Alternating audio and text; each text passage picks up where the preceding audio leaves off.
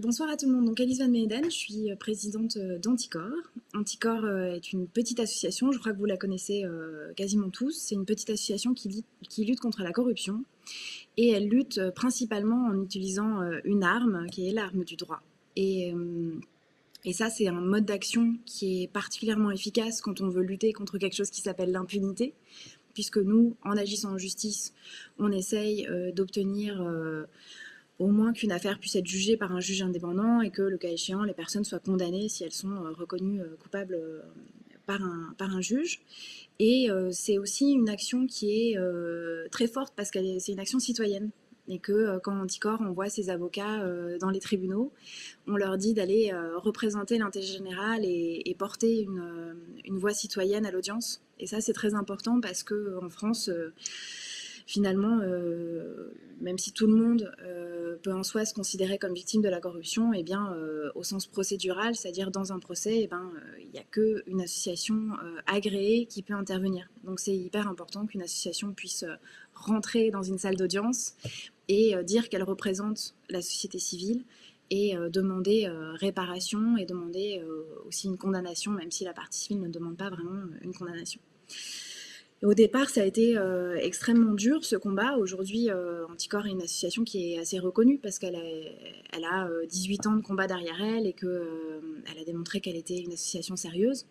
Mais au départ, c'était un peu compliqué. On a été très mal reçus par les avocats de certains politiques et on a été aussi très mal reçus par des procureurs parfois.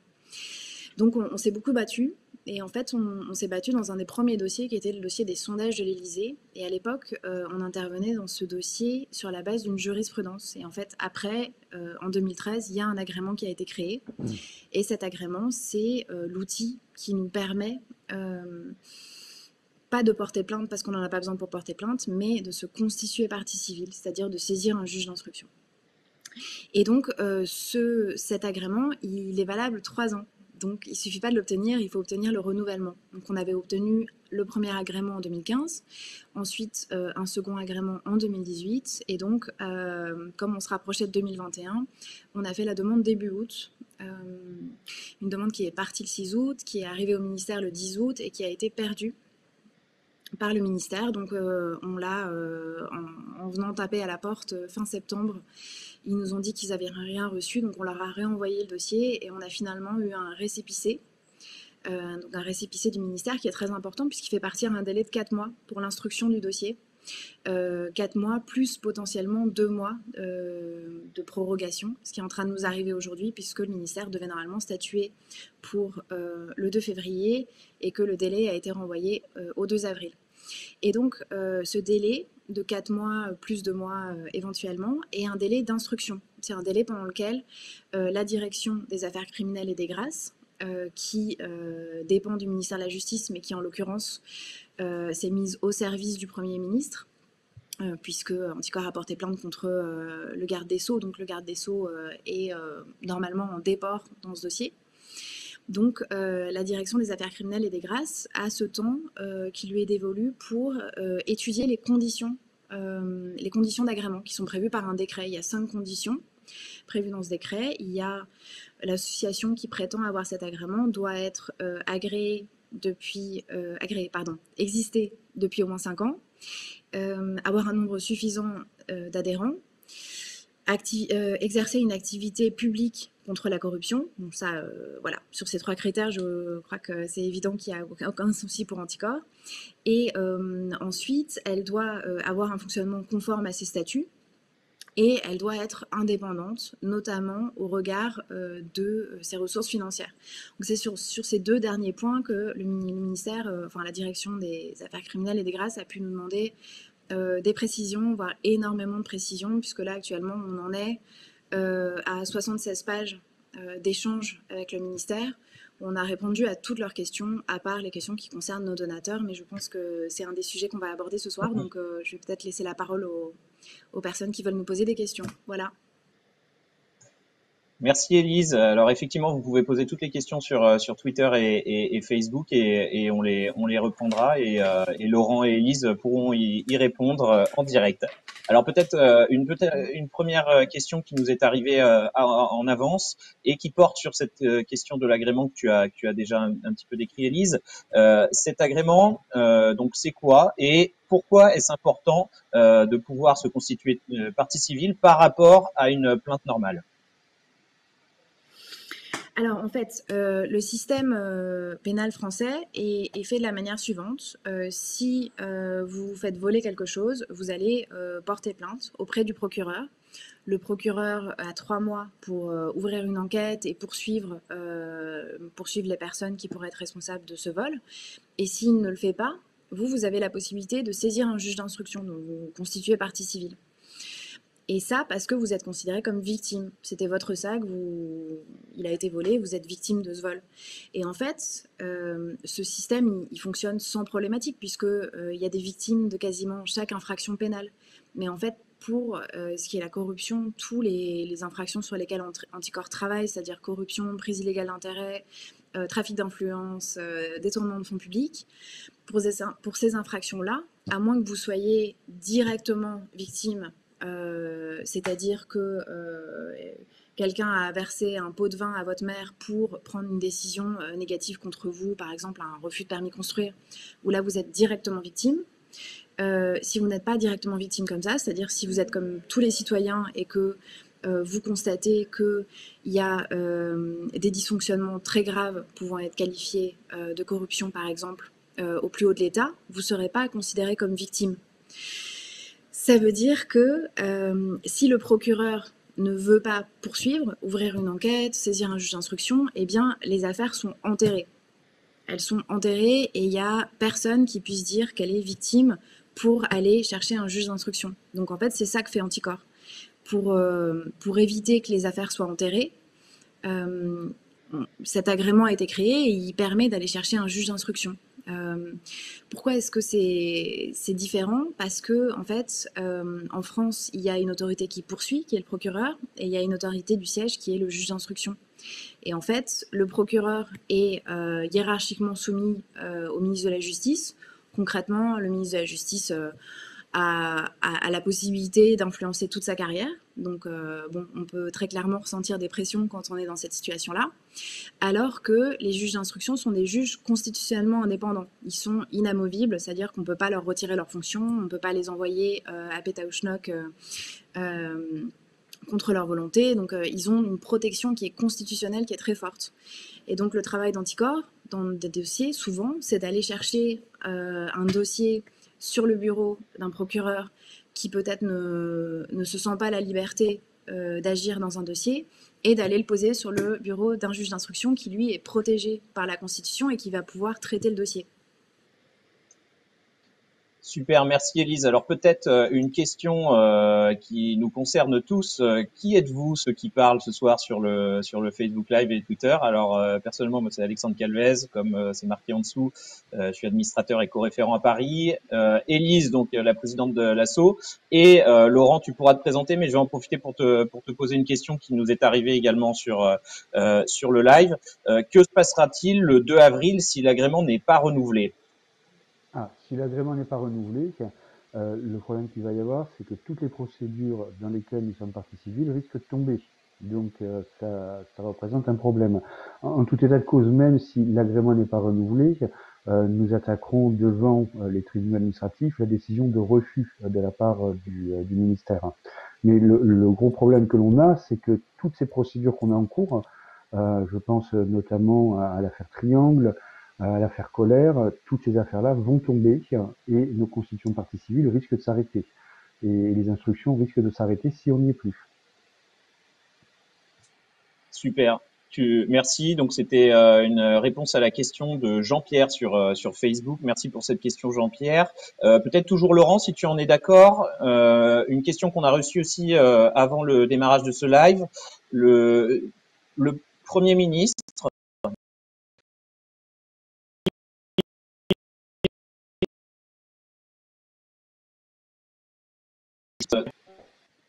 Alors, je suis désolé, Alexandre, j'ai eu une petite coupure d'Internet. Est-ce que tu peux répéter ta question, s'il Moi te plaît? aussi. Bien sûr, bien sûr. Ouais. Alors, la question qui nous a été posée juste avant que ça démarre, c'est Monsieur le Premier ministre, qui travaille pour l'intérêt général, peut-il ne pas renouveler l'agrément? Alors, je réponds à la question. Enfin, normalement, la décision d'agrément, elle répond à certains critères que Élise a rappelé tout à l'heure, l'indépendance financière de l'association, le fait de fonctionner conformément à nos statuts. Or, nous remplissons tous ces critères. Normalement, il a l'obligation de nous délivrer l'agrément. Il ne veut pas nous le refuser et on en est tellement certain que c'est s'il refusait cette décision, eh bien on attaquera la décision de refus et on est certain de gagner la procédure. Hmm. Ok, donc une certaine sérénité juridique. Merci Laurent. Alors il y a pas mal de questions sur le budget d'Anticor, donc on va peut-être aller un petit peu sur ce terrain-là si vous le voulez bien. Alors une question qui peut nous amener à quelque chose d'un petit peu plus large, mais quelqu'un nous pose la question suivante: à quoi servent les fonds que nous récupérons Anticor et comment s'assurer qu'on n'achète pas un hélicoptère ou autre chose avec? Alors peut-être Élise, tu pourrais nous dire un petit peu quelles sont les sommes en jeu et comment Anticor se finance, quelles sont les limites au financement, ce qu'on refuse, ce qu'on accepte, et ensuite on rentrera dans un petit peu plus de détails puisqu'il y a des questions sur le sujet. D'accord. Alors, le budget d'Anticor, on était en 2017 sur un budget de 125 000 euros par an, donc de recettes. Aujourd'hui, on est quasiment à 400 000 euros. Donc, on a vraiment une montée importante de notre budget. Si vous devez faire un camembert de ce budget, en gros, il y aurait un tiers de cotisation et deux tiers de dons. À Anticor, en fait, on se débrouille toujours jusqu'à présent pour que le tiers de cotisation paye le salaire de nos deux employés et les loyers de nos locaux et les contrats fixes de type assurance. Voilà. C'est une manière déjà de rester très indépendant parce que c'est vrai que s'il y a un financement important qui devait s'arrêter et que ce financement payait les salaires et que ça voulait dire que à défaut de ce financement, il fallait qu'on licencie quelqu'un, je pense qu'on serait dans une situation qui serait difficile et je crois que d'autres associations l'ont déjà vécu. Donc nous, on veut éviter ça.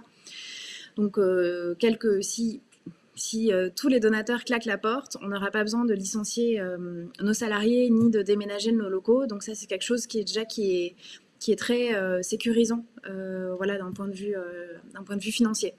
Vous m'avez demandé, je crois, à quoi servent les 400 000 euros qu'on reçoit. Alors, en gros, donc il y a les salaires de nos deux salariés.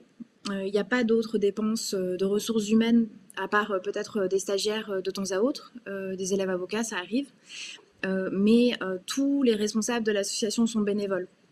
Donc là, on est aux environs de 140 responsables bénévoles dans l'association, c'est-à-dire le conseil d'administration où il y a 21 personnes et les groupes locaux.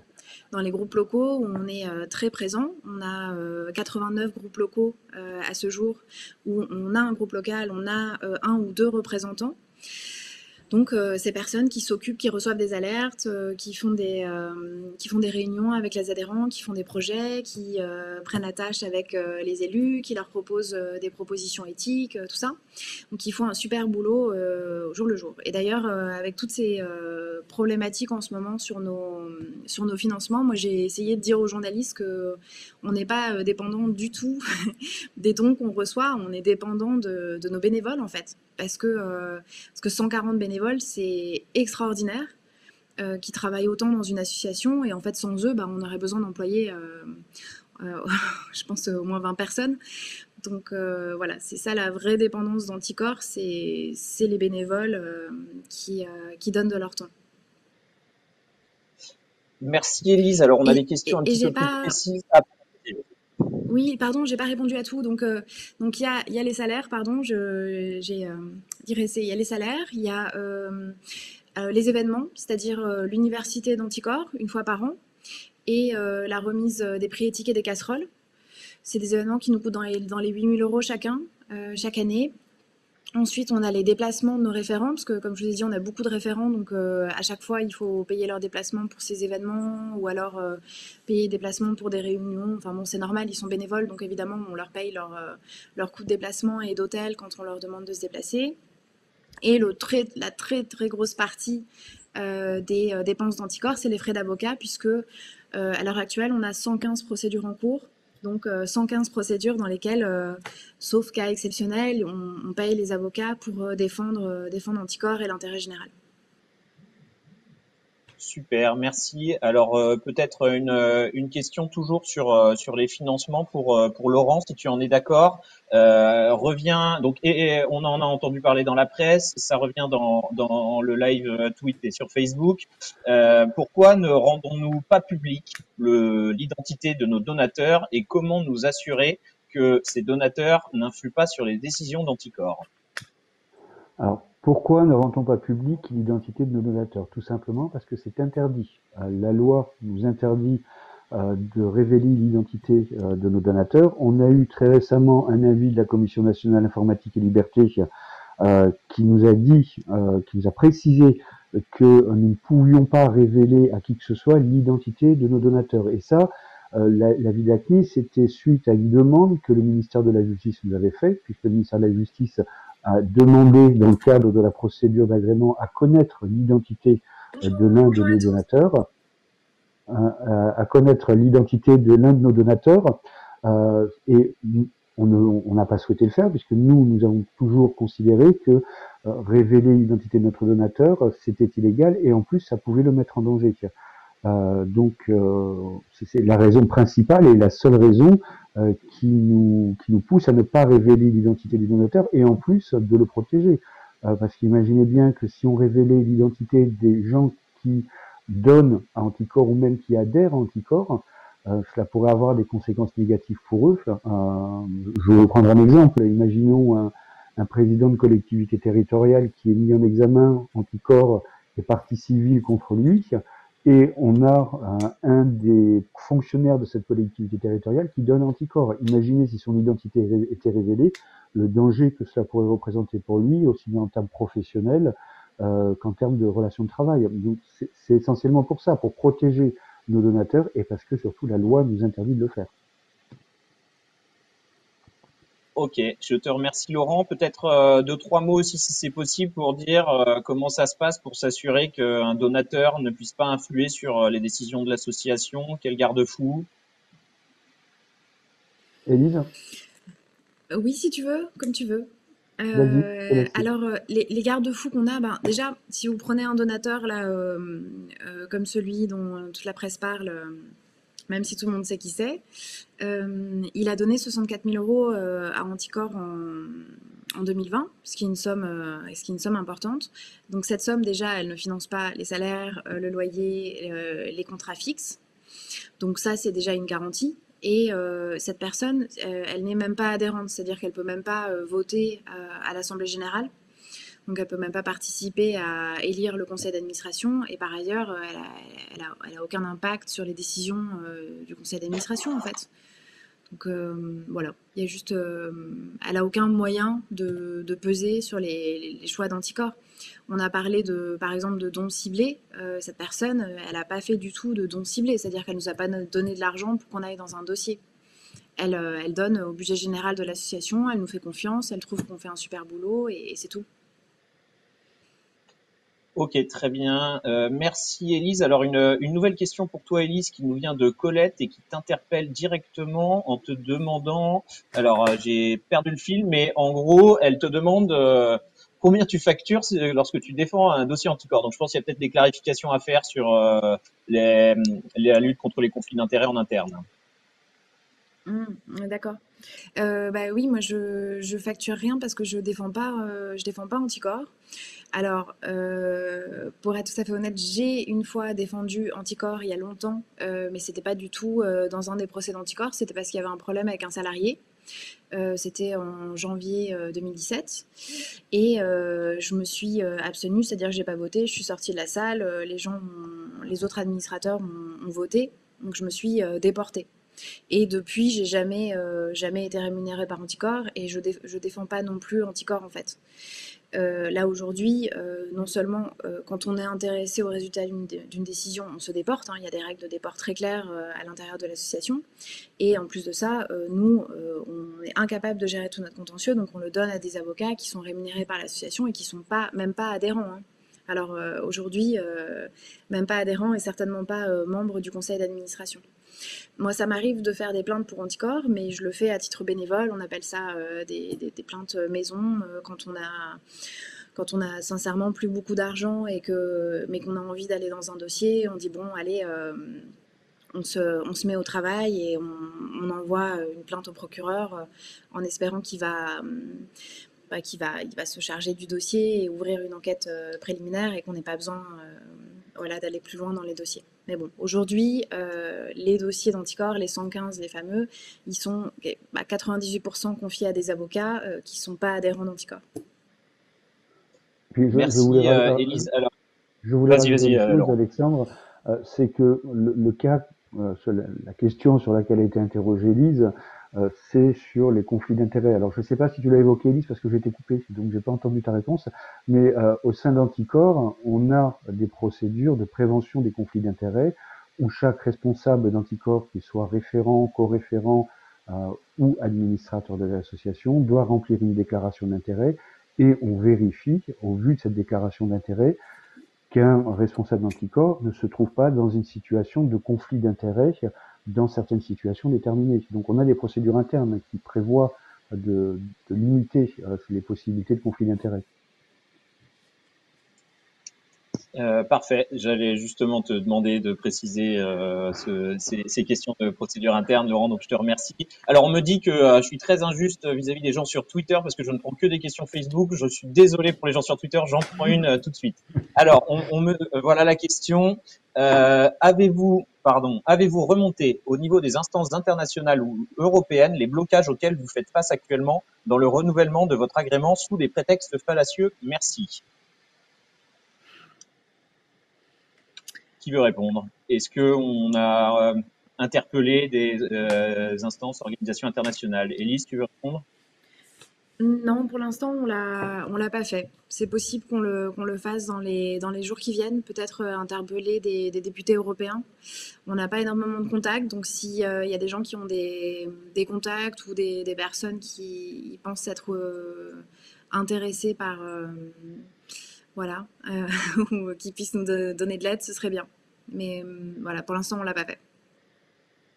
On pourrait même interpeller Ok, le Conseil de l'Europe éventuellement. Oui, le Conseil de l'Europe qui a des compétences en matière de lutte contre la corruption à travers le Gréco, si je ne dis pas de bêtises. Tout à fait.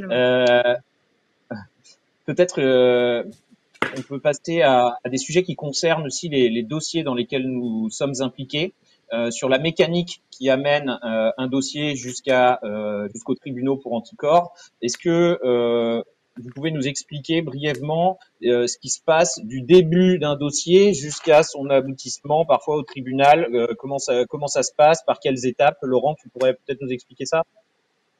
Quelles étapes? Alors, c'est assez variable. La plupart du temps, ce qui va se passer, c'est que vous savez qu'Anticor, on a un maillage territorial sur à peu près tous les départements français. On a 1 à 2 référents par département.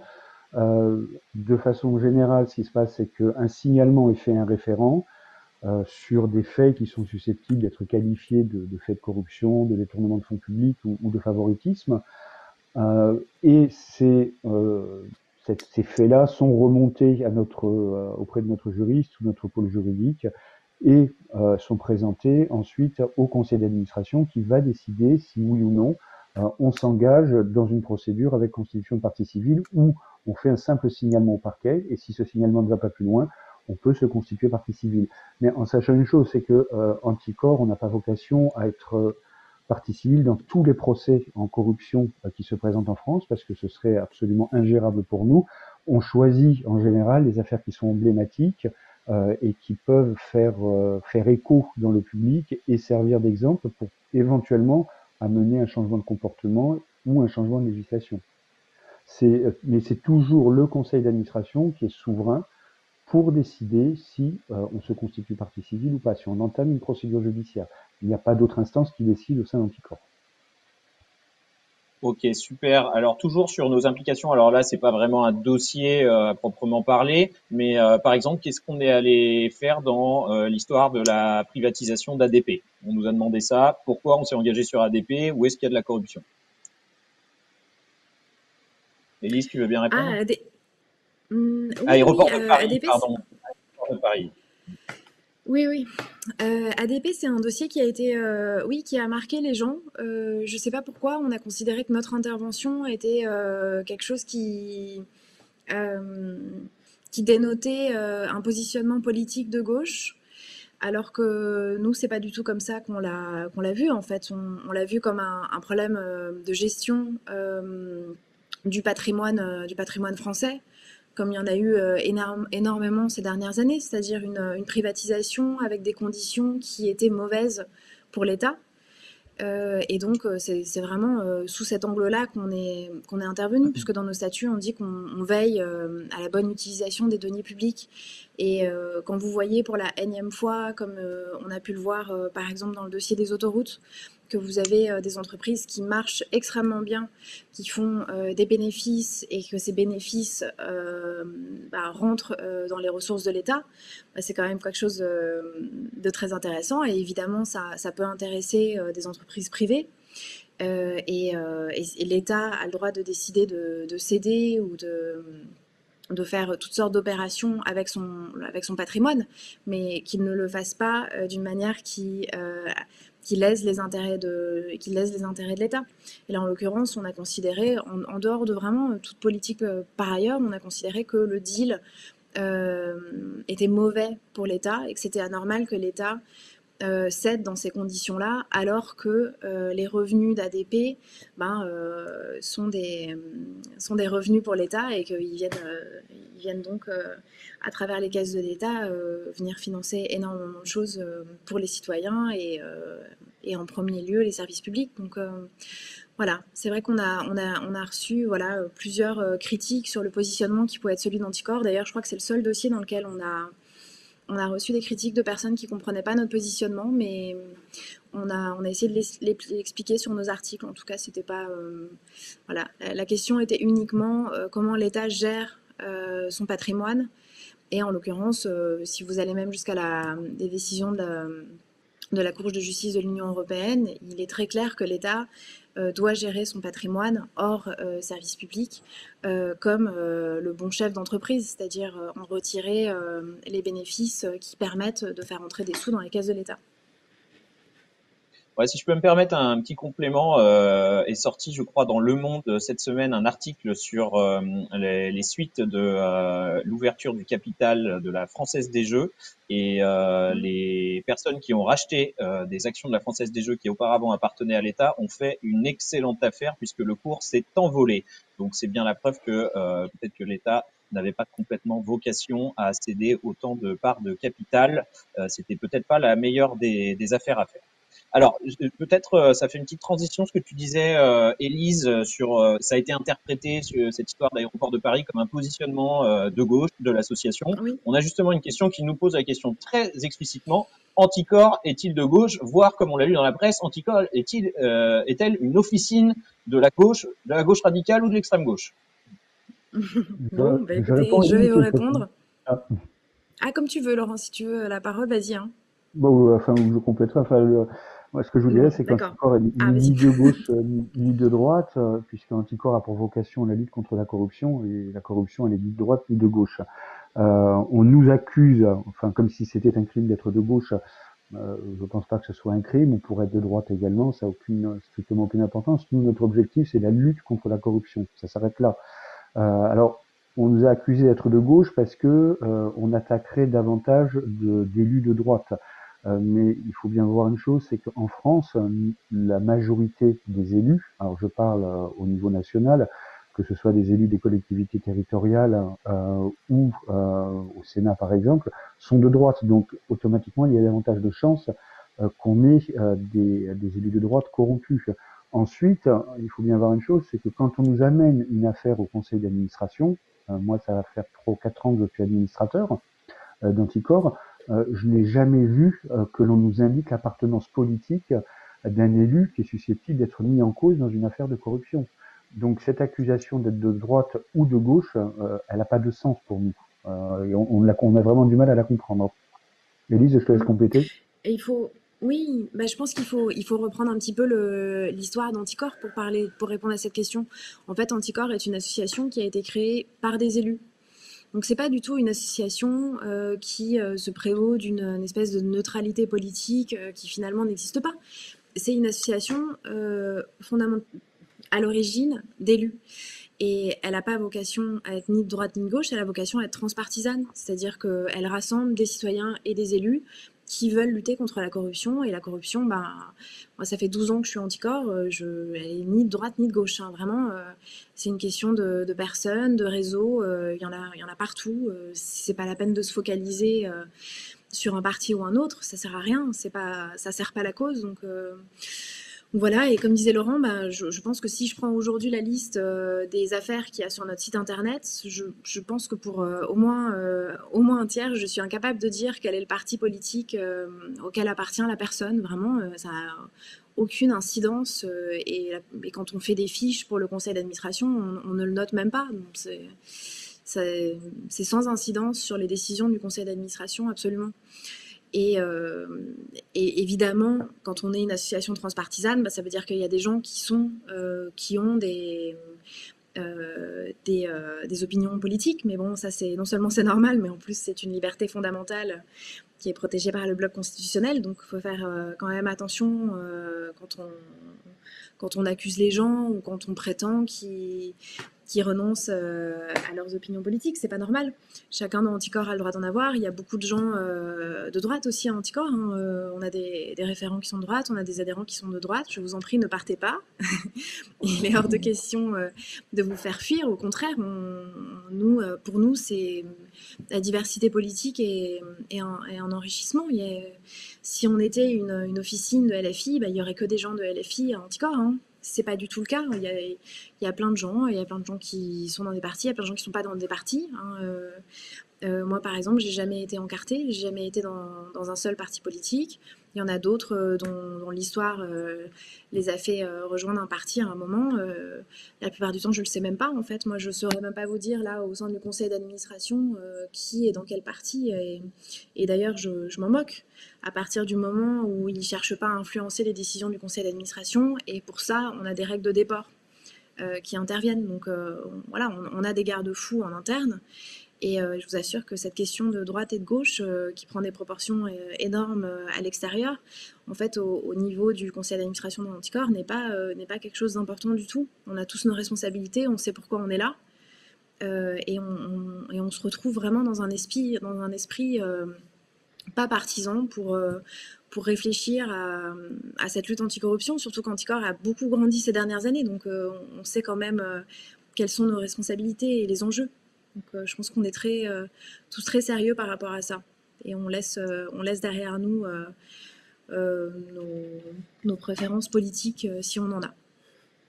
Et je D'accord, voulais donc juste, Alexandre, je voulais juste Vas-y, ajouter une Laurent. chose à ce qu'a dit Élise, qui a mentionné LFI, la France Insoumise, où l'on nous accuse d'être une succursale de la France Insoumise.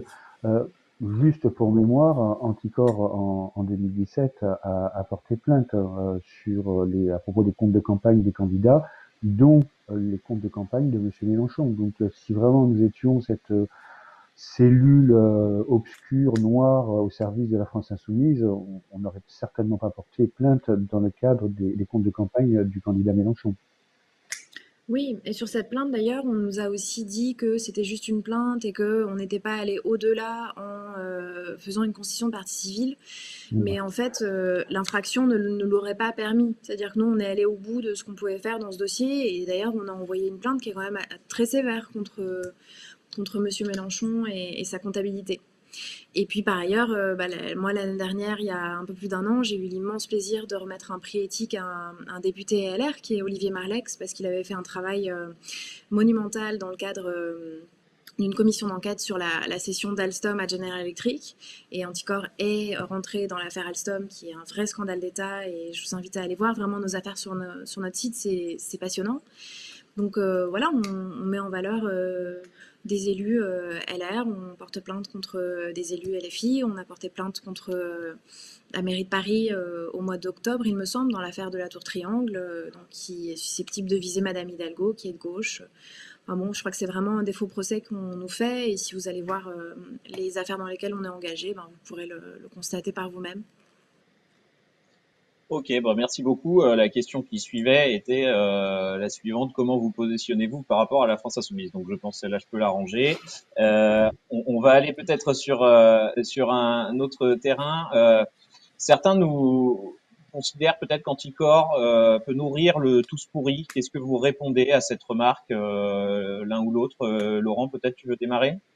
Ah ben non, justement, Anticor a été constitué pour lutter contre ce terme du tous pourri a été constitué, a été créé en 2002 justement par des élus pour se battre contre la corruption, puisqu'on entendait depuis un certain temps, dans les années 2000, relayé par certaines tendances politiques, que ces affaires de corruption, ben, ça laissait entendre que tous les élus étaient tous pourris. Or, c'est totalement faux.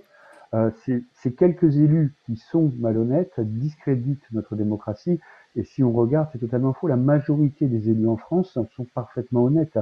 Alors, on se focalise sur les quelques élus qui commettent des infractions, mais il ne faut pas oublier qu'en France, on regardait le nombre de collectivités territoriales, de mairies, de comités de communes, de départements et de régions, combien d'élus nous avons et combien d'élus nous avons qui sont parfaitement honnêtes. Et les élus qui sont malhonnêtes sont vraiment minoritaires. Et justement, on souhaite les mettre en évidence, non pas pour dire tous les élus sont des pourris, mais pour que ce type de comportement, qui remet en cause notre démocratie, eh bien cesse de la part de ces gens-là. Merci beaucoup. On me Oui. dit également. Pardon, tu veux réagir, Élise, également? Bah non, moi je suis Non? absolument totalement d'accord. Je sais que c'est parfois un peu paradoxal parce que comme on porte plainte contre des élus, on a tendance à mettre en lumière ceux qui dysfonctionnent, ceux qui se comportent mal, alors qu'on n'arrête pas de dire que 95% des élus, et même plus, sont parfaitement exemplaires en France. Donc on n'est pas du tout d'accord pour véhiculer ce sentiment de tous pourris. Au contraire, Anticor a été créé pour réhabiliter le lien de confiance. Parce que dans une démocratie représentative où on vote tous les 5 ans pour chaque élection, ça ne peut pas fonctionner s'il n'y a pas de confiance. Et c'est pour ça que l'association a été créée. De voir un espèce de délitement de la démocratie dans un pays où on a un système de démocratie représentative, bah c'est le début de la fin. Donc nous, au contraire, les messages qu'on essaye d'envoyer, c'est il y en a juste quelques-uns qui dysfonctionnent et tous les autres sont super. Et donc, il faut recréer ce lien de confiance absolument. Et je vais Ok, rebondir, alors, Alex, sur ce que disait Élise à propos des pas de élus. souci. Élise dit qu'ils sont super et moi je prétends qu'ils sont admirables parce que la plupart de nos élus qui travaillent, qui sont conseillers municipaux dans les mairies ou qui sont conseillers départementaux ou même conseillers régionaux, ce sont des gens, les conseillers municipaux, qui travaillent sans être payés, qui travaillent pour l'intérêt général, pour l'intérêt de leur commune et l'intérêt de leurs concitoyens. Et c'est en ça qu'ils sont admirables. Donc aller dire que tous les élus sont pourris, c'est à l'antipode de ce qui constitue Anticor aujourd'hui. Ok, merci à tous les deux. On évoquait les questions de démocratie représentative. On a justement une question sur un des représentants. Où en est l'affaire Ferrand, nous demande-t-on. Alors, Élise, tu veux répondre? l'affaire Ferrand, c'est une de ces affaires qui va être une affaire de longue haleine. Elle a démarré à Brest. Initialement, l'affaire Ferrand a été classée à Brest. Et en fait, quand elle a été classée, Anticor a porté plainte. Et en fait, on a porté plainte devant le parquet financier, parquet national financier, en estimant que c'était pas possible de juger cette affaire à Brest parce que Richard Ferrand est quelqu'un de très très influent dans ce coin-là. Et on avait eu des moments très très difficiles, notamment pour des lanceurs d'alerte qui ont été ils ont été plusieurs à l'origine de ce cas. Il y a eu des menaces, pas de la part de Richard Ferrand évidemment, mais de la part d'autres personnes dont on ne connaît pas l'identité. Mais il y a eu des menaces, physiques, et il y a eu beaucoup de craintes de la part des lanceurs d'alerte et de nos référents. Et donc, on a estimé qu'il fallait dépayser l'affaire, c'est-à-dire, on l'a porté devant le parquet national financier qui se trouve à Paris. Et il se trouve que quand on se constitue partie civile, on est entendu par le juge d'instruction en qualité de partie civile. Donc moi, ça arrive régulièrement aujourd'hui que je rencontre les juges et qu'on parle des dossiers et on réfléchisse à comment Anticorps peut aider l'instruction à se poursuivre. C'est-à-dire, est-ce qu'on a des informations, est-ce qu'on peut demander des actes, est-ce qu'on a une vision différente du dossier que peut-être le juge n'avait pas vu et qu'on va essayer de lui dire participer dans ce dossier. Je peux parler? Tout va bien? Ça y est, c'est revenu, je crois. Ah d'accord. Bon, de toute façon, j'étais en train de m'étendre. Donc dans ce dossier, c'est pas le président qui s'est rendu à l'audition de partie civile comme c'est le cas généralement, c'est Eric Alt. Et en fait, Monsieur Ferrand a demandé à ce que le dossier soit dépaysé en disant que Eric Alt, donc qui est le vice-président d'Anticorps, étant juge à Paris, ça crée un problème de ce qu'on appelle d'impartialité. C'est-à-dire qu'il y avait selon lui un risque que le juge soit non pas impartial mais partial parce que c'était un de ses collègues devant lui. Bon, il se trouve qu'après, il y a eu une jurisprudence, c'est allé jusqu'à la Cour de cassation, et la Cour de cassation a dit rien à voir, il n'y a aucun risque de partialité. Mais bon, Richard Ferrand a obtenu raison dans un premier temps, et du coup, ce dossier est aujourd'hui à Lille. Et bien évidemment, il y a eu, comme ils en ont droit, ils ont soulevé beaucoup de questions procédurales. Et du coup, on a eu une audience en janvier devant la Chambre de l'instruction, pour régler ces questions de procédure. Voilà, donc quand ces questions de procédure seront réglées, on pourra continuer l'instruction de ce dossier. Mais Monsieur Richard Ferrand, comme vous savez, a été mis en examen en septembre 2019, donc ça a déjà un peu avancé. Et est-ce qu'il pourrait y avoir un lien entre ce report du renouvellement ou non de l'agrément et les affaires dans lesquelles nous sommes impliqués chez Anticorps? Alors, moi, je serais moins radicale que ce qu'a dit Laurent tout à l'heure, parce qu'on n'est pas tout à fait sûr de ce qui va se passer dans les dossiers dans lesquels on est déjà partie civile. Donc, pour l'instant, c'est un peu la crainte. On est assez préoccupé pour nos dossiers, mais on n'est pas certain qu'il y a un risque pour la procédure. Le plus probable, c'est que Anticorps ne puisse plus agir dans ces dossiers, que la procédure continue, mais que nous, on ne puisse pas agir. C'est-à-dire qu'on ne puisse pas, durant l'instruction, dire oui, mais attendez, nous, on a des lanceurs d'alerte qui nous ont dit qu'il fallait voir par là. Et donc, dire au juge peut-être que ce serait intéressant de faire ça. Et on pourra pas non plus plaider à l'audience, ce qu'on fait généralement et qui est un moment très important parce que tout d'un coup, on a l'impression qu'il y a tous les citoyens qui ont forcé les portes du tribunal et c'est toujours assez intéressant d'assister à ça. Et ce qui est sûr en revanche, c'est que pour le futur, si on n'a plus l'agrément, on ne pourra plus faire ce qu'on fait aujourd'hui, c'est-à-dire on ne pourra plus saisir de juge d'instruction. Ok, très bien. Alors j'ai quelques questions aussi sur des personnes qui auraient sollicité Anticorps dans différents départements et qui n'auraient jamais eu de réponse. Est-ce que c'est possible que certaines alertes ne soient pas suivies des faits? Laurent, toi qui est toujours et a été longtemps référent groupe local, est-ce que tu peux nous expliquer si effectivement parfois il n'y a pas de réponse d'Anticorps? Alors, il y a deux possibilités. Il ne faut pas oublier déjà qu'Anticorps, nous ne sommes que des bénévoles.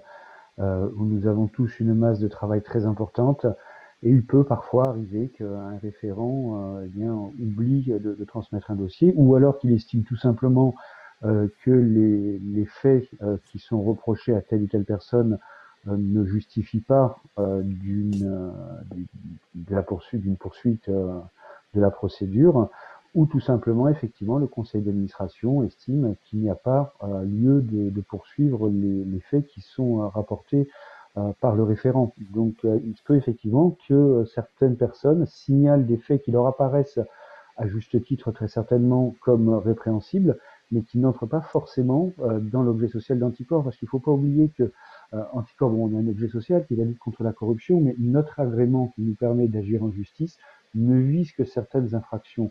Si par exemple nous sommes saisis de faits d'abus de bien social, par exemple, eh bien on ne pourra absolument rien faire. Anticor pourra juste porter plainte et ne pourra pas se constituer partie civile.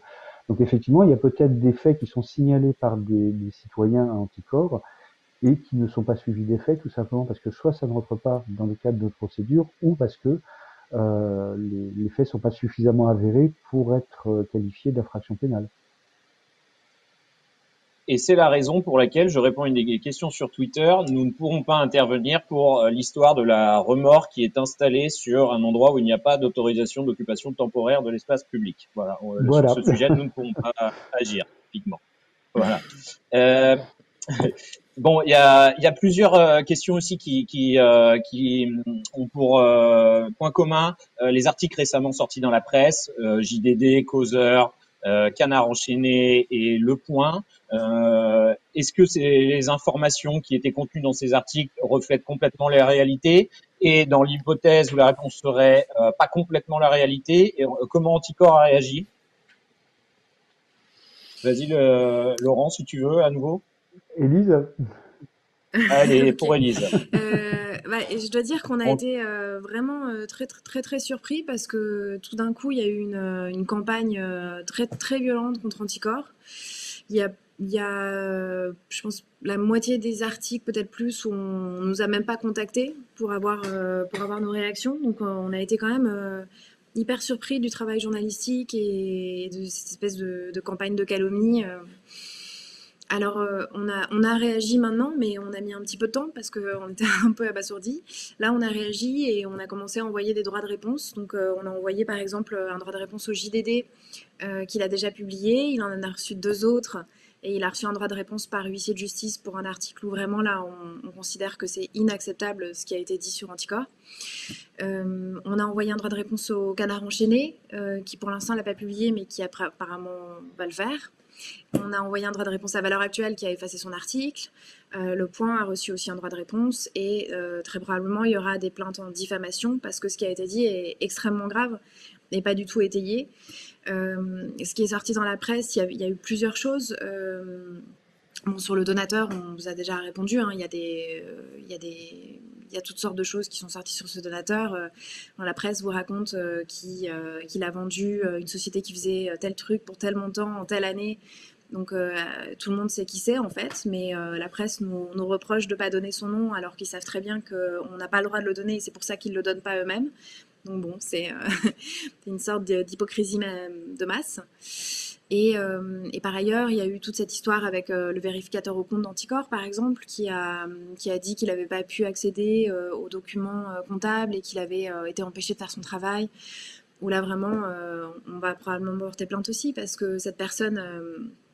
tout ce qu'on a d'elle, c'est des mails où elle dit c'est super, merci à la trésorière, merci à l'expert comptable, j'ai obtenu des réponses dans un délai très prompt sur toutes les questions que j'ai posées. Il a signé le rapport des vérificateurs au compte pour tout le monde et puis c'est quelqu'un qui 6 mois après raconte n'importe quoi dans les médias, donc ça c'est aussi totalement inacceptable. Sur la réaction qu'a eu Anticor par rapport à la crise interne, le JDD aussi a fait un titre en disant qu'on avait limogé une partie de nos référents. En fait, ce qui s'est passé, c'est qu'à Anticor, donc il y a un conflit en interne qui a duré principalement de l'été 2019 à l'été 2020. Et en fait, ce conflit a fini sur une opposition au CA, on est 21 personnes. Et on s'est retrouvé sur une opposition de 11 personnes contre 10 qui portait une vision totalement différente de l'association.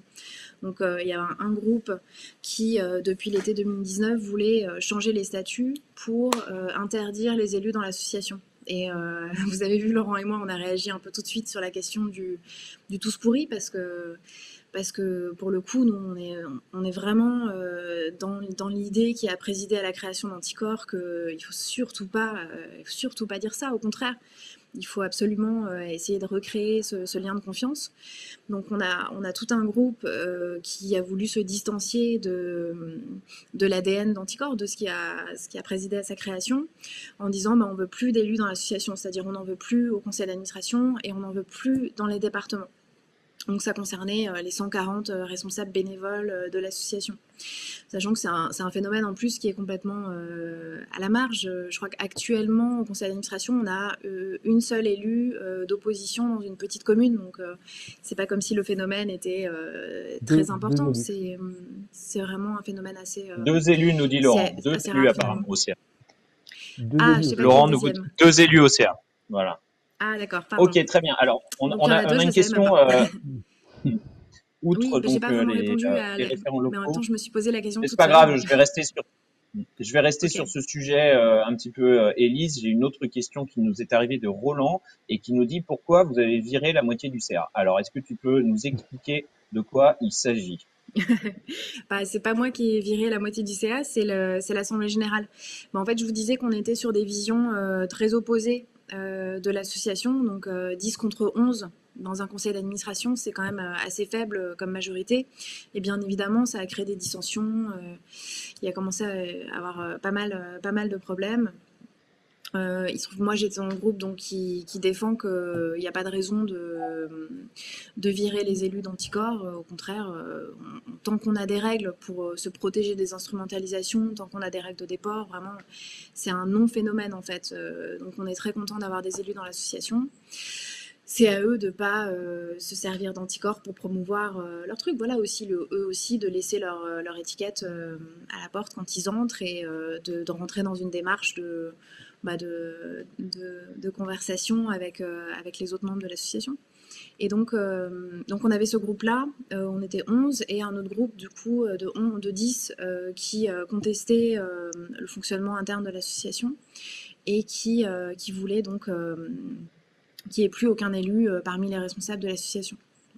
Et en fait, il s'est trouvé que quand l'ancien président Jean-Christophe Picard a démissionné et il a dit qu'il allait être candidat à Nice, évidemment, ils ont réagi en disant bah voilà, c'est ce qu'on vous dit depuis des mois, c'est ça qu'il faut éviter. Du coup, nous, on a réagi en disant certes, bon, il aurait probablement pu et dû démissionner quelques mois avant, sauf qu'en fait, il fait ce qu'il veut de sa vie. Ça fait 5 ans qu'il travaille 5 heures par jour bénévolement pour Anticorps. Il a aussi le droit de passer à autre chose s'il veut. Enfin bon. Et l'association continuait à fonctionner très bien, donc en fait, il n'y avait pas tellement de problèmes. Jusqu'à ce que du coup d'autres administrateurs se mettent en retrait pour participer à la campagne électorale. Et en fait, quand on se met en retrait à Anticorps parce qu'on participe à une campagne, on ne vote pas et on ne participe pas aux échanges au conseil d'administration. Donc en fait, ce groupe, qui était un groupe de 10, a tout d'un coup eu une majorité de circonstances parce qu'il y avait des gens qui étaient en campagne électorale. Et ils ont profité de cette période-là pour faire des lettres recommandées, pour convoquer un conseil d'administration avec pour ordre du jour la convocation d'une assemblée générale extraordinaire pour modifier les statuts et virer tous les élus de l'association. Et ça, c'est quelque chose qu'on a considéré comme étant inacceptable, puisque les personnes qui pouvaient participer à ce débat et dire pourquoi c'était bien qu'ils soient là, c'est-à-dire les personnes qui faisaient campagne, puisque c'était de eux dont il s'agissait, ne pouvaient absolument ni s'exprimer ni voter. Et ça, on a considéré que c'était quelque chose qui était profondément antidémocratique. Et donc, on a convoqué un CA le plus tard possible. Il se trouve qu'il y a eu le Covid et que le deuxième tour a été reporté et que ces administrateurs sont revenus au conseil d'administration et que cette mesure n'est jamais passée parce qu'elle ne passait pas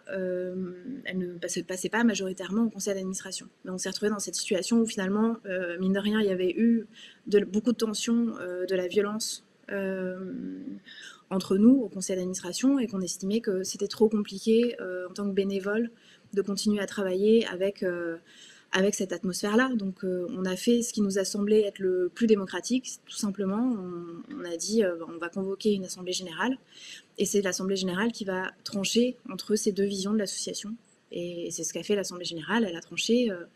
Donc aujourd'hui, La liste que moi j'ai présidée a obtenu 15 sièges et l'autre liste a obtenu 6 sièges. Donc il y a encore une représentation au sein du conseil d'administration, mais bon, le vote majoritaire a clairement été un vote qui n'est pas un vote anti-élu. Voilà. Donc continuer le fonctionnement actuel d'Anticor, son ADN et ses objectifs. Et Tu peux j'ajouterais nous une dire chose, le taux de participation? Alex, Pardon, vas-y Laurent. je voudrais juste ajouter une chose par rapport à ce qu'a dit Élise sur les dernières élections du du conseil d'administration, euh, où Élise a dit nous allons, enfin, que l'on avait fait appel à la démocratie, c'est-à-dire qu'on a demandé aux adhérents d'Anticor de se prononcer entre ces deux visions des choses au sein d'Anticor, et nous n'avons jamais eu une participation aussi forte de la part des adhérents. Habituellement, les assemblées générales se tenaient à Paris, on avait 80 et 90 personnes qui étaient là pour voter, et là on a eu un taux de participation, alors je l'ai plus en tête exactement, Élise doit l'avoir très certainement, mais on a eu plus de 980 personnes qui ont participé à l'élection du conseil d'administration. Donc ça renforce encore la légitimité de ce conseil d'administration, que les gens soient, que les administrateurs soient sur la liste d'Élise ou qu'ils ne soient pas sur la liste d'Élise. Ce conseil d'administration a une légitimité démocratique comme jamais aucun conseil n'en a eu chez Anticor. C'est mon opinion. Mais ça reste faible finalement hein, comme participation. Donc Oui, mais cette par année, rapport à ce qu'on dit avant, on va revoter en ligne. Donc là, on veut carrément 80% pour rendre tous les, toutes les élections politiques une basse moyenne par rapport à nous. Ok, donc message à tous les adhérents, rendez-vous pour l'AG, il faudra voter, c'est important, c'est ça la démocratie. Alors, d'accord, bah, je vous remercie pour avoir décrit un petit peu comment ça se passait au niveau de l'organisation interne, lorsqu'il y a parfois des désaccords, et comme l'a dit Laurent, c'est la démocratie, les désaccords. Donc, on va peut-être aller sur un autre terrain, il est 21h. Est-ce que si on finit à 21h15, ça vous va ou vous voulez prolonger encore un petit peu? Oui, Ça oui, vous ça va paraît très bien, bien. 21h15? Ouais, oui, sur ça Facebook, va. ça vous va? Ok, super. Alors peut-être qu'on va sortir de ces sujets des divisions et plutôt parce que je vois beaucoup de messages d'encouragement. On les a vus aussi beaucoup ces messages sur les réseaux sociaux, dans des prises de parole publiques ces derniers temps. Beaucoup de gens nous demandent comment ils peuvent vous être utiles, comment aider Anticor lorsqu'on a envie de filer un coup de main. Alors je sais pas, Laurent, tu peux peut-être nous dire ce Adhérer. que n'importe qui peut faire pour soutenir l'association. Première chose, adhérer à l'association. Donc vous allez sur anticorps.org et vous adhérez. Ensuite, vous rejoignez le groupe local qui s'est constitué sur votre territoire. Sur notre site internet, vous verrez par département, il y a des adresses mail. Vous contactez le référent local. S'il n'y a pas de référent local, eh bien vous pouvez demander à être référent d'Anticor. Il vous faut un an d'ancienneté pour ça. Et puis, vous adhérez tout simplement, vous participez à nos groupes de travail. On a des commissions chez Anticor, il y a une commission sport, il y a une commission santé, une commission transparence. On a besoin de bénévoles pour avancer sur ces thématiques. Donc, vous pouvez tout à fait vous investir par ces biais-là au sein d'Anticor. Alors, il y a beaucoup de gens qui se demandent est-ce qu'il faut vraiment être juriste pour pouvoir filer un coup de main Anticor? Vous répondez à quoi? Vous répondez quoi à cette interrogation? Non, faut pas forcément être juriste. C'est vrai qu'on a une activité qui est principalement juridique, mais alors là, on est en train de faire des formations et il y a plein de personnes en interne qui forment. Par exemple, si vous arrivez dans un groupe local, généralement, le référent du groupe local et quand même commence à bien s'y connaître en droit parce il a déjà fait une vingtaine, une trentaine, quarantaine de dossiers. Donc voilà, il y a déjà quelqu'un qui s'y connaît en droit et qui peut vous faire vous expliquer. Et en plus de ça, on est en train de faire des formations en interne pour expliquer un petit peu la qualification pénale, comment ça marche, comment on monte un dossier. Mais par ailleurs, on a besoin d'autres qualifications. En fait, c'est assez surprenant. Moi, on a travaillé par exemple récemment sur un dossier à Besançon où on soupçonnait un médecin d'avoir pratiqué la prescription abusive de chimiothérapie et qui était en lien avec des laboratoires pharmaceutiques. Et en fait, par exemple, dans ce dossier-là, moi, j'ai cherché pendant 2 semaines de l'aide parce que j'avais besoin de quelqu'un qui m'explique dans l'administration hospitalière comment ça marche, quelles sont les responsabilités. Donc, et nos dossiers, ils peuvent vraiment concerner énormément de choses, en fait. Si vous prenez les marchés publics, ben, ça peut être autant l'entreprise de transport routier ou voilà ou plein de choses et de toute façon il y a toujours des personnes qui encadrent au niveau juridique donc si ça vous amuse aussi de vous y connaître un peu plus en droit. Voilà, c'est avec plaisir. Les groupes locaux, c'est quand même une ambiance sympa, et puis il y a toujours quelqu'un qui explique. Voilà. Puis on a besoin Ok, aussi de alors j'en profite communicants. aussi, On a bien besoin sûr. de Alors gens ouais, je me de permets. communicants, de gens qui savent faire de la Mm. communication. On a besoin de Oui, on n'est pas gens très fort euh, là-dedans. voilà, qui savent, par exemple, organiser des réunions, qui peuvent porter le message d'Anticor également au cours de réunions publiques. On a besoin de ce type de personnes aussi. Pas forcément de juristes. Sur point de vue juridique, on est quand même bien équipé quand même au sein d'Anticor, mais on a besoin de toutes les gens de bonne volonté, tout simplement. Ouais, bah typiquement là ce soir, sans Fabrice, sans Mathieu et sans Maïlis qui sont qui ont monté ce Facebook Live et ce Twitter Live, on n'aurait pas pu discuter avec les adhérents. Donc d'abord, on les remercie, on les salue et voilà, et typiquement des compétences en matière de production audiovisuelle, des compétences en matière d'informatique. D'analyse de données, data analyst, etc. Typiquement, c'est des choses qu'on recherche. Des graphistes, ça nous est très utile également.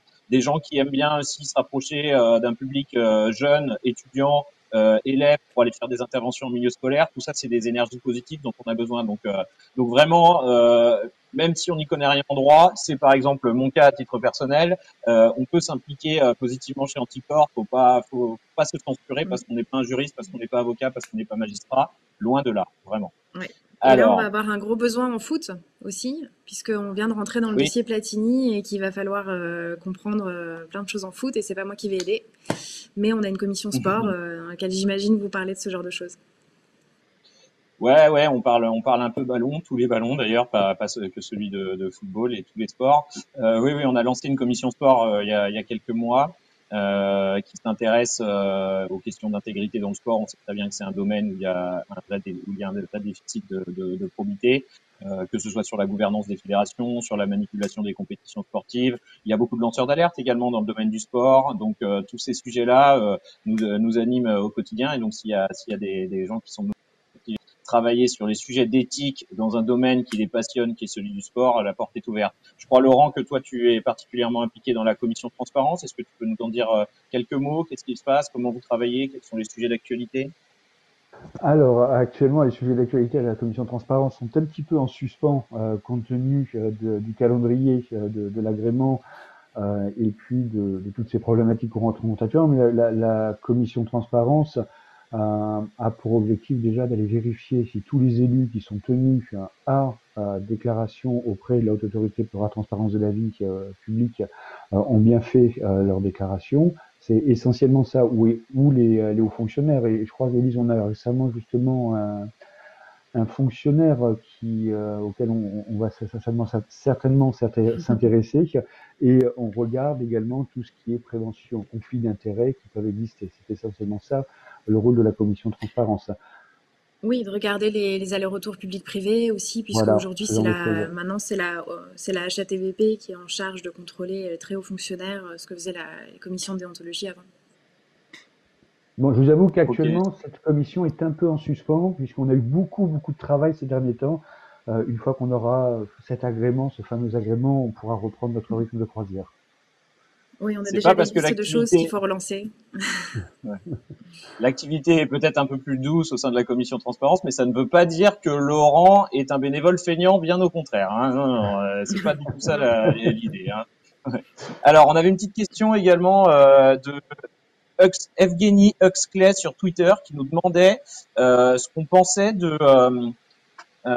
comment dire, de la situation judiciaire de personnalités type couple Balkany et qu'est-ce qu'on pense également des gens qui continuent de voter pour des élus dont on sait et la justice l'a montré qu'ils sont corrompus. Tu veux répondre, Laurent, ou j'y vais? Vas-y.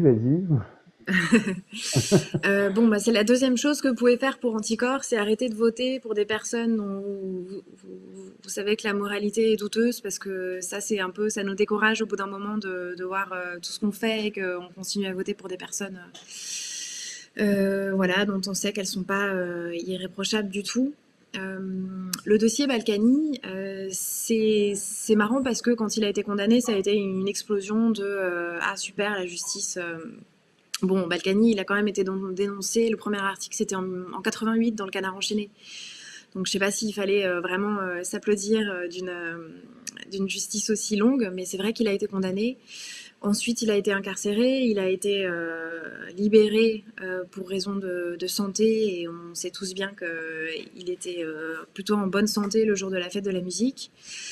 Et on sait aussi, surtout dans le milieu des avocats, des professionnels de justice, qu'il y a beaucoup de gens malades en prison. Donc c'est ça qui est le plus déroutant, c'est ça pour lequel nous on se bat en fait, c'est l'égalité devant la loi. Et il me semble que dans ce dossier-là, il y a eu une inégalité devant la loi, et ça fait partie de toutes les choses qui renforcent le sentiment qu'ont les citoyens qu'une certaine classe politique bénéficie d'une impunité. Donc c'est terrible. Et là, j'ai vu récemment que Madame Balkany, qui a elle non plus pas été incarcérée parce qu'elle n'était pas en état d'être incarcérée, devient chroniqueuse. On ne touche pas à mon poste. Bon, je pense que c'est des messages qui sont très négatifs. Et en plus, moi personnellement, j'ai habité 4 ans en Italie. Et c'est pour ça que j'ai rejoint Anticor quand je suis rentrée en France en 2008-2009. Parce que j'avais vécu 4 ans de Berlusconi. Et Berlusconi, c'est l'homme aux 1000 conflits d'intérêts, aux 1000 réseaux de corruption. Mais c'est aussi un homme des médias. C'est aussi un homme qui fait rire. Et je crois que c'est très dangereux de rire de la corruption. Et des personnages comme Balkany sont très dangereux parce qu'en fait, ils font passer un message qui ne va pas du tout, et leur donner une antenne à la télé dans une émission qui est hyper regardée, c'est vraiment un mauvais signal pour moi. Et je voudrais intervenir dans le prolongement de ce que tu viens de dire, Élise, concernant l'affaire Balkany. Il faut rappeler une chose, un des principes d'Anticor, une des choses que l'on demande, c'est l'impossibilité pour un élu qui a un casier judiciaire de se présenter à une élection, ou qui a été condamné à une peine sur une infraction d'atteinte à la probité publique, de ne pas pouvoir se présenter à une élection. C'est la première chose. Deuxième chose concernant Balkany, pourquoi ce type de situation est possible en France? Parce que Balkany répond à 100% au client type de ce qu'est le clientélisme, c'est-à-dire des élus qui pratiquent le clientélisme et avec des électeurs qui tombent dans ces pratiques-là. Donc, ce que nous on appelle, chez Anticor, ce qu'on appelle les gens à faire, les citoyens à faire, c'est à ne pas tomber dans ces pratiques de clientélisme, justement. Et on n'aura pas des gens comme Balkany. Okay. Vous savez, ouais, Balkany, il suffit enfin, je sais pas si vous avez vu toutes ces différentes émissions qui ont eu lieu sur Levallois-Perret. Quand on interrogeait les gens de Levallois-Perret sur Balkany, c'était « Oh, mais il est gentil, il me tutoie. » Et puis vous comprenez, pour les fêtes de Noël, j'ai un beau bocal de foie gras qui m'est offert par la mairie, et puis j'ai le taxi qui vient me chercher aux frais de la mairie quand je dois me déplacer. C'est ce genre de pratiques qui font que l'on a des Balkany qui ensuite se croient absolument tout permis. Sauf que finalement, aujourd'hui, ils ont des dettes. Voilà. Je crois que les citoyens de Levallois sont les plus endettés de France par habitant. C'est autour de 3 000 €, c'est ça? Oui. Voilà, et ça empêche les maires d'après de faire des projets et d'offrir des services publics. Donc vraiment, il faut dire non à la galette des rois. Non, peut-être pas la galette des rois, mais bon. Non, la galette des rois, ça va, c'est pas le plus cher. Moins qu'il y ait des lingots d'or à la place de la fève. Ça devient plus politique. Ah, ça c'est à plutôt. Non, on n'a pas le droit de rire de la corruption. Faut pas rire de la corruption. Oui, Élise, Élise nous a expliqué les raisons qui l'ont poussé à rejoindre le militantisme anticorruption. Laurent, toi, qu'est-ce qui t'a amené dans cette association? Pourquoi tu l'as rejoint? Qu'est-ce qui t'anime Alors, ce qui m'a amené à rejoindre cette association, c'est que j'ai vécu pendant des années, j'y vis encore dans le sud de la France, et dans un village où j'ai vu, alors je ne le nommerai pas pour pas avoir de problème, ou dans un village où j'ai vu des pratiques de clientélisme absolument hallucinantes, avec une adjointe au maire qui avait embauché plus de 30 personnes dans les services municipaux, des gens de sa famille, et ça m'avait particulièrement choqué. Où j'ai vu également un maire dont la famille était agent immobilier, et cette famille s'est enrichie de façon considérable sur des programmes immobiliers, et ça m'a profondément choqué. Ça a été une des raisons pour lesquelles je me suis engagé chez Anticor. Merci Laurent. Alors En du fait, coup, je crois que quand on ouais, s'engage, enfin, beaucoup de gens qui s'engagent chez Anticor, c'est parce qu'ils ont été confrontés un jour à ces problématiques de corruption ou de clientélisme ou de situations parfaitement injustes et qui les ont révoltés. Bon, faut que tu répondes ouais, aussi, bah, je Alexandre, me du permets coup, à ta question. ouais, Oui, ouais, donc du coup, je me toi, permets un petit voilà. Et toi, Alexandre, pourquoi tu as rejoint Anticor? Alors, du coup, pourquoi j'ai rejoint Anticor? C'est pour un peu les mêmes raisons, ce que tu viens de dire, Laurent, ce que tu as dit aussi, Élise, confronté plus ou moins directement quand je travaillais sur des histoires de marché public à des pratiques très douteuses. Par ailleurs, je suis globalement enfin, je suis beaucoup l'actualité et je voyais qu'il y avait un certain nombre d'affaires, de pratiques vraiment qui me mettaient en colère. Et l'engagement chez Anticor, en fait, ça a été un moyen de canaliser une colère qui n'était pas forcément ultra positive au quotidien. Donc, j'ai transformé quelque chose de négatif grâce à Anticor en une énergie positive. Voilà, et ça donne beaucoup de sens à mon quotidien aussi de bénévole chez Anticor. Donc, sachez-le, rejoindre Anticor, c'est aussi un moyen de se sentir bien et de donner un sens parfois à la journée. On a un taf qui n'est pas forcément passionnant, et de pouvoir s'engager dans le sport, ça fait du bien, vraiment. Ça fait du bien, on se sent pas complètement inutile. Voilà, donc c'était ce qui m'avait animé, moi. Alors, on a une question qui nous est arrivée sur Twitter. Alors, je la reprends, excusez-moi. Il y a beaucoup de questions, en fait, qui portent sur la santé. Alors, avant de la retrouver, peut-être, juste une question d'actualité générale pour vous. Le militantisme en période Covid, qu'est-ce que ça a changé? Est-ce que c'est compliqué? Est-ce que l'association a beaucoup évolué? Voilà, est-ce que la période fait que c'est pas forcément facile pour les militants en règle générale? Qu'est-ce que vous en dites, vous, à titre personnel? Ça dépend un peu des moyens d'action qu'on utilise, hein. C'est sûr que quand on utilise le moyen d'action qui est la manifestation, en ce moment, c'est très compliqué. Pour nous, avec les procédures, ça a retardé beaucoup de nos procédures. Non, je dirais que ce qui a été pour moi très difficile dans cette période de Covid, c'est les reculs législatifs, parce qu'il y a eu quand même beaucoup de lois qui sont passées. Et là, en ce moment, il y a la loi séparatisme qui nous fait vraiment craindre énormément, puisqu'elle propose je crois, un contrat républicain aux associations. Donc, c'est un espèce de contrat que les associations doivent signer, il me semble, pour obtenir des subventions. Donc Anticor ne sera pas concerné, puisque nous, on n'a pas de subvention ni dons des entreprises, donc on est tranquille, mais en même temps, il y a beaucoup d'associations, et c'est normal, qui fonctionnent avec des subventions, et donc qui vont devoir s'engager à toutes sortes de choses, alors que finalement, le milieu associatif, il représente énormément de personnes, et il porte énormément de combats, donc c'est normal aussi que le combat des militants associatifs puisse déranger. Enfin, tout ça, c'est dans l'ordre des choses dans une démocratie où on affirme la liberté d'association. Donc, la crainte, c'est plutôt pour notre difficulté à nous mobiliser aujourd'hui contre contre pas des avancées, justement, des reculs, recul des libertés qui malheureusement sont votées au Parlement. Et d'ailleurs, sur nos sujets, il y a eu la loi ASAP qui a été votée, qui détricote une partie ce qu'on appelle maintenant le code de la commande publique. Et ça, c'est vraiment, mais pour nous, complètement ridicule, parce que ça fait des années qu'on dit que les marchés publics, ça va pas du tout en France, que c'est pas assez réglementé, que c'est pas assez contrôlé. Par exemple, les préfets n'exercent pas le contrôle de légalité sur les marchés publics, hein. Ça fait depuis déjà en 2012, il y a un rapport sénatorial qui disait que le contrôle de légalité est une passoire à géométrie variable. Je veux dire, c'était assez clair au Sénat en 2012. Imaginez aujourd'hui. Et là, la loi ASAP a encore plus déréglementer les marchés publics. On estime que la corruption coûte 120 milliards par an à la France. Sur ce montant-là, on estime qu'il y a 5 milliards qui concernent les marchés publics. Et encore, ça m'étonne, je trouve que c'est peu, mais bon, si on part de l'hypothèse que les irrégularités en termes de marché public coûtent 5 milliards par an à la France, et on arrive avec une loi qui détricote peut-être pour faire plaisir aux élus, parce que c'est vrai que la paperasse, il y a un moment, il y en a le ras-le-bol, ce qu'on peut comprendre.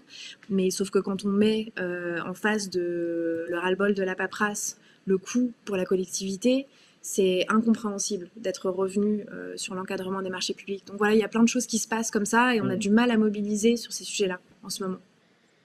Ouais, il y a donc la loi ASAP évidemment, mais on peut évidemment parler de la transposition de la directive sur le secret des affaires qui a fait beaucoup de mal aussi à la lutte anticorruption ces dernières années. Et puis il y en a certains d'autres des éléments. Ok, alors du coup peut-être juste pour boucler sur cette question de l'agrément avant qu'on ne se quitte, est-ce que tu pourrais nous faire un petit comparatif entre la demande de renouvellement de l'agrément d'Anticor en 2018 et la demande de renouvellement de l'agrément d'Anticor en 2021? Qu'est-ce qui s'est Oui. passé? Est-ce que c'était aussi difficile il y a 3 ans? Bah écoutez, en fait en 2018, on avait, je crois, envoyé un dossier qui faisait 6 pages à tout casser. On n'a pas eu de retour jusqu'à un peu la veille de la fin de notre agrément où on a un peu paniqué. Et l'agrément nous a été donné, je crois, 10 jours après le délai. Donc on était quand même un peu surpris, pas trop serein, mais on s'en était pas vraiment occupé.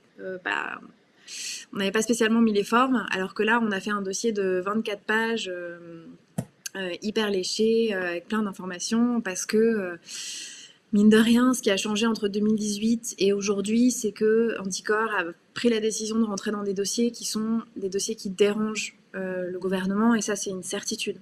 On est rentré dans le dossier Richard Ferrand, où Richard Ferrand est le numéro 3 quand même en France, il est président de l'Assemblée nationale. C'est un proche d'Emmanuel Macron et probablement de son équipe, et on est rentré dans le dossier Alexis Kohler, qui est un dossier que tout le monde a tout fait pour enterrer.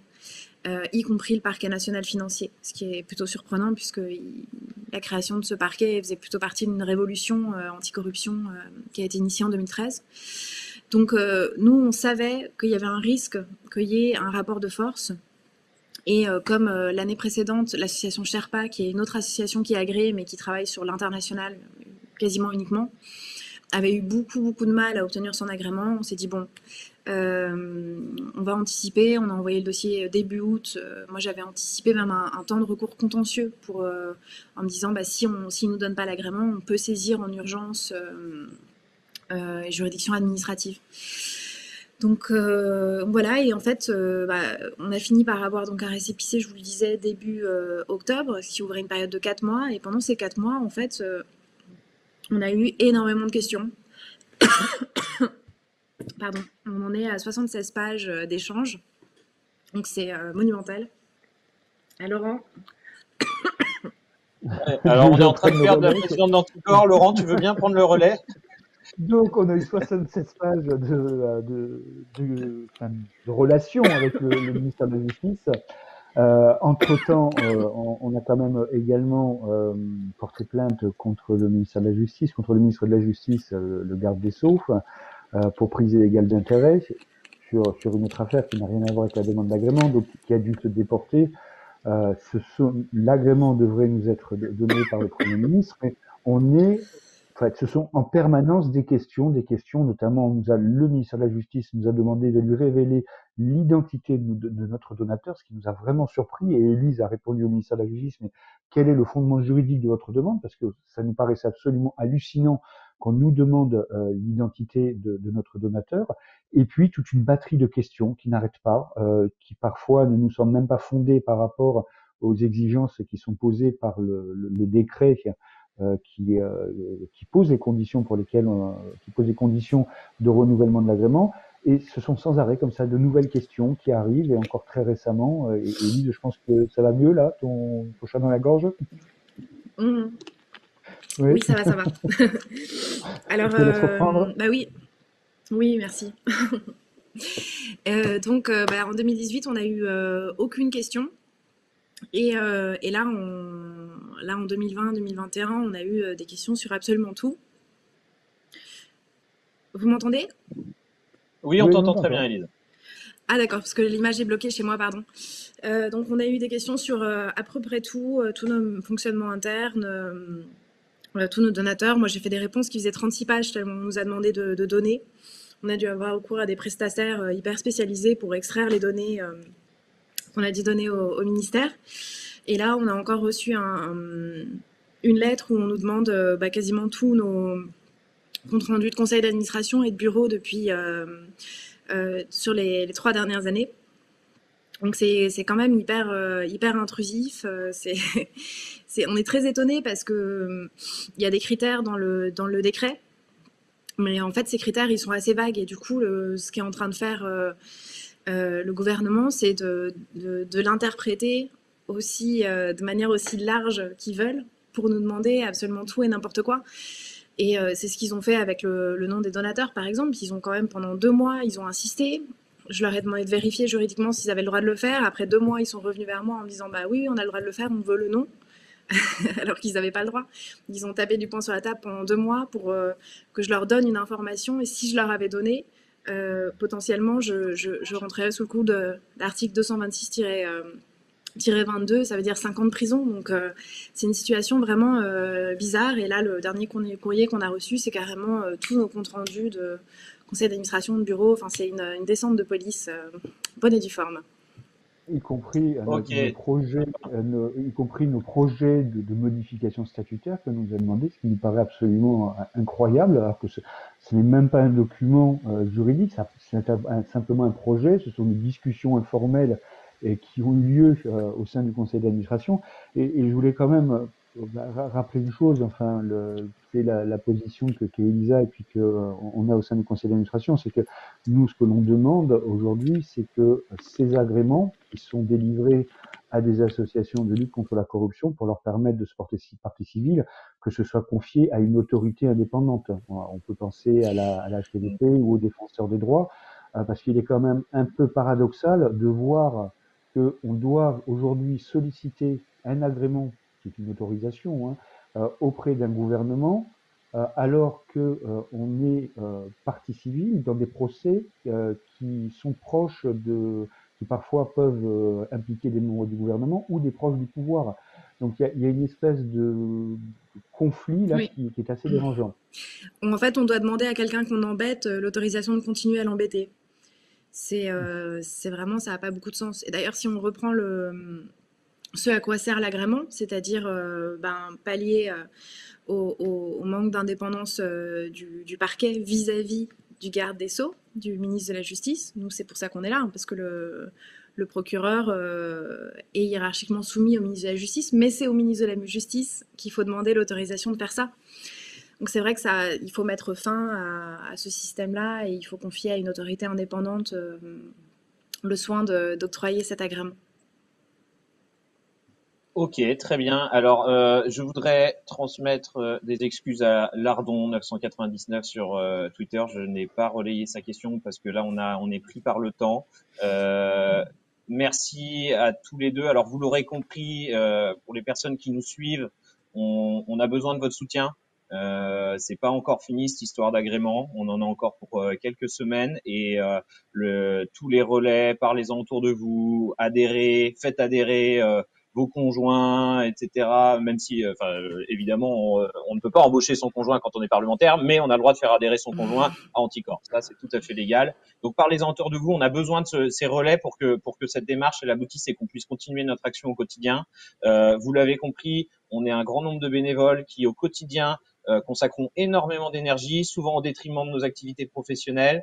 Donc vraiment, on a besoin de votre aide pour continuer cette démarche. Je ne sais pas si vous voulez dire un mot. Qu'est-ce qu'on peut souhaiter pour Oui. Anticorps dans les prochaines semaines, outre l'agrément? Vas-y, Laurent. Une petite précision, Alex. Signez la pétition qui est en ligne, qui circule sur les réseaux sociaux. Oui, on va la publier d'ailleurs. À l'initiative d'une bénévole d'Anticorps qui, toute seule, de son côté, a fait cette pétition et on l'a fait circuler sur les réseaux sociaux. Donc, signez et faites circuler cette pétition pour que l'on ait un maximum de nos concitoyens qui votent cette pétition pour montrer au gouvernement que, justement, une grande majorité de nos concitoyens est pour Anticorps et veut qu'Anticorps puisse poursuivre son action. Donc, faites circuler cette pétition, c'est important. Puis venez adhérer. Venez adhérer parce que si on est 20 000, on sera encore plus fort que si on est 5 000. C'est une question de légitimité aussi. Donc, bien évidemment, il faut qu'on soit le plus nombreux possible, contre ce phénomène terrible qu'est la corruption. Alors, la pétition, elle a été lancée tout récemment, je crois, hier. Donc, si vous y mettez tout de suite et que vous signez, vous pouvez être le 2000e. Et ça, c'est cool d'être le 2000e signataire de la pétition. Donc, allez-y, c'est maintenant. Voilà. Alors, merci. Juste un dernier détail. Pour nos adhérents, la prochaine Assemblée Générale, je crois, c'est le 27 mars. Vous me confirmez ça, Élise et Laurent? On nous a demandé dans le chat tout à l'heure. 27 mars, donc n'hésitez pas à participer. Plus il y a de votants, plus l'idéal de démocratie qu'on essaie de faire vivre, il existera. Donc, on compte sur vous pour le 27 mars. Un dernier mot où on clôture là-dessus. Grand merci à tous les bénévoles sans qui on n'aurait pas pu faire les Facebook Live. Et puis j'ai pu lire à droite à gauche que certains demandaient à ce qu'on fasse ça plus souvent. Donc, c'est bien noté. On va essayer. Ok, ça marche. Merci à Mathieu, avec plaisir. Benjamin, Lucas, à tous ceux qui nous ont aidés pour mettre en place et à Fabrice. Évidemment. Les représentants du peuple travaillent pour leur intérêt personnel ou ceux de leurs proches, quand l'argent public devient une monnaie d'échange, quand la tricherie est récompensée, le vote acheté, la confiance cède, et c'est la démocratie qui trinque. En France, aujourd'hui, la corruption et la délinquance financière coulent à flot. La porosité entre pouvoir politique et économique fragilise tous les jours un peu plus notre contrat social. On perd confiance. On se méfie de nos élus. Corruption, malversation, impunité. Certains s'en lèchent les babines.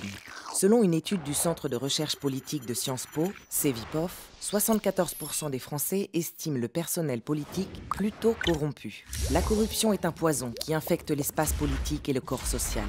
Presque toujours en douce et en silence. Pourtant, les chiffres sont assourdissants. 120 milliards d'euros se volatilisent chaque année en France. Au diable l'avarice, l'argent public est une source qui ne se tarit jamais, directement reliée aux poches des 16,5 millions de foyers imposables. Il serait faux de dire que le crime ne paie pas. Il est d'ailleurs très rentable, car oui, il s'agit bien d'un crime commis contre les citoyens et contre le pays tout entier. Une mécanique bien huilée qui carbure à l'opacité. Il y a pourtant des lois dans un état de droit. La corruption, le trafic d'influence, la prise illégale d'intérêts, les détournements de fonds publics, tous ces méfaits sont sévèrement punis par la loi.